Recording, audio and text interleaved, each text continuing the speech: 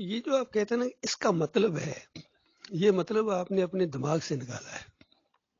ہم لوگوں نے کبھی یہ بات نہیں کہی، نہ ڈاکٹر مسعود الدین عثمانی رحمۃ اللہ علیہ نے کبھی یہ بات کہی ہے، بلکہ ہم تو زور دیتے ہیں کہ نبی علیہ السلام نے فرمایا سب سے جو اچھا دور ہے وہ میرا دور ہے، یعنی وہ دور جس میں نبی علیہ السلام تھے اور صحابہ کرام تھے، اس کے بعد اس سے ملا ہوا، یعنی اب نبی علیہ السلام نہیں ہے، صحابہ کرام کا دور ہے، اور پھر تابعین آگے پیدا ہو رہے ہیں، اس سے ملا ہوا وہ دور بہترین دور۔ پھر اس کے بعد تابعین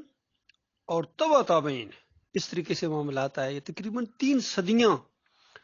3 صدیاں کوئی معمولی وقت نہیں ہے۔ یہ دور گزرا ہے، طاغوت کا دشمن دور گزرا ہے اور ایمان کا دور گزرا ہے۔ پھر تیسری صدی کے اندر یہاں یہ تصوف نے انڈے بچے دینے شروع کر دیے، جس طرح ابھی میں نے ایک تھوڑی دیر پہلے بیان سنا یہ تقی عثمانی کا، یقین کیجئے سب کچھ وہی بیان کر رہے ہیں جو صوفی بیان کرتے رہے ہیں، قصے، کہانیاں، پیری مریدی، اور یعنی جو کچھ نبی علیہ السلام کی تعلیمات تھی اس کا گویا الٹ، لیکن کہتے نہیں کہ اس کا الٹ ہے، یہ سمجھتے ہم اسی کے اوپر ہیں۔ نبی علیہ السلام نے سب سے پہلا جو کام کیا وہ شرک کے خلاف آواز اٹھائی، اور ان لوگوں نے، یہ تقی عثمانی کی میں بات کر رہا ہوں، اور ان کے اوپر جتنے یہ گزرے ہیں، اوپر جا کے تیسری صدی تک جتنے لوگ گزرے، آہستہ آہستہ ان کے عقیدے کے اندر خرابی آئی ہے۔ احمد بن حنبل سے یہ مسئلہ قبر پرستی کا شروع ہوا، ابن تیمیہ نے اس کو تھوڑا اور آگے بڑھایا، بعد میں ابن قیم نے اس کو اور آگے چڑھایا، ابن حجر عسقلانی، امام نووی، یہ سارے پھر جتنے یہ مسلک ہیں، بریلوی، دیوبندی، جتنے سارے اہل حدیث، سارے شاہ ولی اللہ کا پورا خاندان، مجدد الفسانی، عبد القادر جیلانی، محی الدین چشتی، علی حجویری، سب کی کتابیں اٹھا کر دیکھیں، ایک ہی رنگ ہے ان کے اندر، اور ایک ہی ساز کی ایک ہی آواز ہے۔ جو ان کو جب سنو تو قرآن و حدیث بالکل دوسری چیز محسوس ہوتی ہے، قرآن و حدیث کو پڑھو تو یہ بالکل اجنبی لگتے ہیں۔ کیا جائے، کیا جائے بتائیے۔ باقی مجھے ایسے لگتا ہے ایک دفعہ گروپ میں آپ کے ساتھ پہلے کافی ڈسکشن ہو چکی ہے، آپ کے اندر جو بات کہی جا رہی ہے اس پر جواب دیں، پھر اس سے پہلے کون تھا، اس سے پہلے کون تھا، یہ ہماری ذمہ داری نہیں ہے۔ نبی علیہ السلام نے فرمایا ایک حق بات جماعت ہے، وہ قیامت تک قائم رہے گی، کوئی اس کو نیچا نہیں دکھا سکے گا۔ تو وہ ایک بندہ بھی ہو سکتا ہے، یاد رکھیے، ایک بندے کے اوپر بھی جماعت کا لفظ آتا ہے۔ ابراہیم علیہ السلام کے بارے میں کہا گیا ابراہیم علیہ السلام اپنے اندر پوری امت تھے، تو 2 ہوں، 3 ہوں، 4 ہوں، بالکل رہی ہمارا ایمان ہے، جس طرح ہمارا ایمان ہے کہ نبی علیہ السلام اللہ کے آخری اور سچے رسول، اسی طرح ہمارا ایمان ہے کہ وہ حق جماعت رہی ہے، لیکن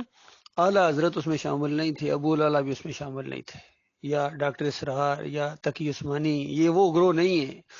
یا جناب جن کا نام لیا گیا ہے، احمد بن حنبل سے لے کر ابن تیمیہ، ابن قیم، سارے قبر پرستی کا بیج بوتے رہے، اسی کی آبیاری کرتے۔ کتاب الروح پڑھو ان کی، ابن قیم کی، پھر آپ کو پتہ چلے گا کتنا دینی انہوں نے خدمات کی۔ ابن کثیر کو پڑھو، کتنی شرکیاں، کتنے قصے، کہانیاں، یہ وہ کہتے ہیں نا دوا لائے ہیں زہر ملا کے لائے ہیں۔ تو یہ معاملہ ہے، اللہ کے بندے بات سمجھنے کی کوشش کرو، کوئی ایک مسلک دکھاؤ، کوئی ایک کتاب عقائد کے اوپر جو ہو اس کے اندر یہ نہ ہو کہ نبی علیہ السلام قبر کے اندر زندہ ہے۔ کبھی کہتے ہیں قبر کے اندر برزخی زندگی ہے، کم از کم جو یہ فریب کرتے ہیں وہ یہ کہتے ہیں، اور اس کے بعد کہتے ہیں کہ جو نبی علیہ السلام کی روح واپس آ جاتی ہے جب صلاۃ والسلام پڑھو۔ اندازہ لگائیے، یہ عبداللہ بن باز مفتی اعظم سعودی عرب کہتے ہیں، پھر اس کے بعد عبد الوہاب نجدی یہ کہتے ہیں، ان کے بیٹے کہتے ہیں، بتائیے کہاں جائیں؟ یہاں جتنے علماء ہیں زبردست قسم کی عربی بولتے ہیں، گلف میں اندر دیکھا ہے، لیکن عقیدے کے اندر یہی بربادی ہے۔ پاکستان کے اندر، انڈیا کے اندر، ہر جگہ میں وہاں اسکول میں ہمارے مصری ٹیچر تھے، ان کا بھی وہی عقیدہ کہ روح واپس آ جاتی ہے، مردہ سنتا ہے اور دیکھتا ہے، پہچانتا ہے۔ ابن تیمیہ کہتے ہیں کہ اگر وہ، ابن قیم، کہ 50 سال بعد اگر کوئی پرندہ قبر کے اوپر جا کے وہ بیٹھ جائے تو اس مردے کو پتا ہوتا ہے کہ یہ چڑا ہے یا چڑیا ہے، اور وہ ان کے اعمال کو بھی جانتا ہے، اعمال پیش ہوتے ہیں ان کے اوپر۔ ایسے عقیدے، بتاؤ یہ عقیدے میں نے دیے تھے یا ڈاکٹر عثمانی رحمۃ اللہ علیہ نے دیے تھے؟ بتاؤ ہمارا قصور ہے؟ اگر انہوں نے یہ شرک پھیلایا ہے اور شرک پھیلا پھیلا کے مرے ہیں اور ابھی تک پھیلا رہے ہیں، ابھی تک پھیلا رہے ہیں، یقین کیجیے ابھی یہ تقی عثمانی کا بیان سنا ہے، سمجھ لو چور مچائے شور والا معاملہ ہے کہ جو کچھ قرآن و حدیث کہتا ہے اس کا بالکل الٹ کہہ رہے ہیں، لیکن ایسے انداز سے کہہ رہے ہیں کہ عام آدمی کو نہیں سمجھ میں آتا ہے. عام آدمی یہی سمجھ رہا ہے دینداری ہے، لیکن خالص وہ پیری مریدی اور خالص جو انسانوں کی وہ جو ہے نا، کہتے ہیں مجھے میرے استاد نے کہا کہ آپ نے، پیر صاحب نے کہا کہ 10 سال آپ نے کوئی وعظ نہیں کرنا ہے، اور میں نے 10 سال اس پر پابندی. بتاؤ یہ کون سا دین ہے؟ کسی صحابی نے کسی تابعی کو کہا 10 سال تم نے تبلیغ نہیں کرنی ہے، نبی علیہ السلام نے کسی کو کہا ہو کہ 10 سال تم نے نہیں کرنی ہے، یہ وہ دین اور یہ دین اور. تو یہ معاملہ ہے میرے پیارے بھائی، اصل میں آگ لگی ہوئی ہے ان کے دلوں کے اندر جب سے ان کا پوسٹ مارٹم کیا گیا ہے. ایمان خالص کس اول کے اندر اور کس دوم کے اندر ڈاکٹر عثمانی رحمۃ اللہ علیہ نے ان سب کو پرکھا جب قرآن و حدیث کے اوپر، یہ بالکل یہ